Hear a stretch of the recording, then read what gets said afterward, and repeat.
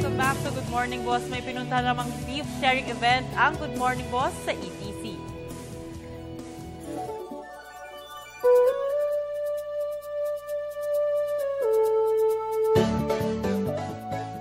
Kasabay ng pagdiriwang ng Idil Adha ng mga kapatid nating Muslim, isang beef sharing program naman ang naganap sa San Juan sa Manila. Ang pamamahagi ng 2.5 kilo ng karne ng baka sa libo-libong beneficiaries ay taon-taon nang isinasagawa sa iba't ibang dako ng bansa. Ito ay sa pangunguna ng Integrated Center for Advancement and Development o ICAD Foundation, katuwang ang ilan pang organisasyon kabilang na ang People's Television Network.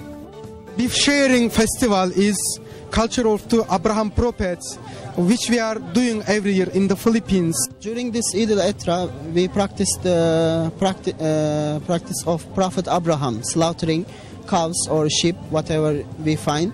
And here in Philippines, in 11 different cities, we do this sharing program. Here we do not share only the beef, we also share our love coming from different parts of Turkey. Hangad ng beef sharing program na ito na naging bahagi na ng kultura at tradisyon ng Turkey na i-promote ang kapayapaan, pagkakaisa, pagmamahalan at pagkakaunawaan anuman ang relihiyong iyong pinaniniwalaan. I hope these kind of programs will tighten our relations with Filipino people. Filipino people really love the people.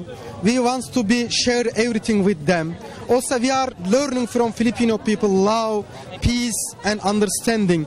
That's why we are always ready to share our compassion, to share our love, to share our all understanding together. And maraming salamat po.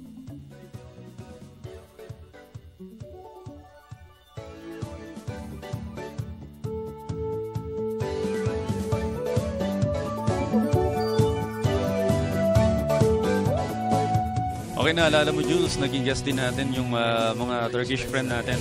Yun nga sa may Mandaluyong kung saan namigay sila ng mga beef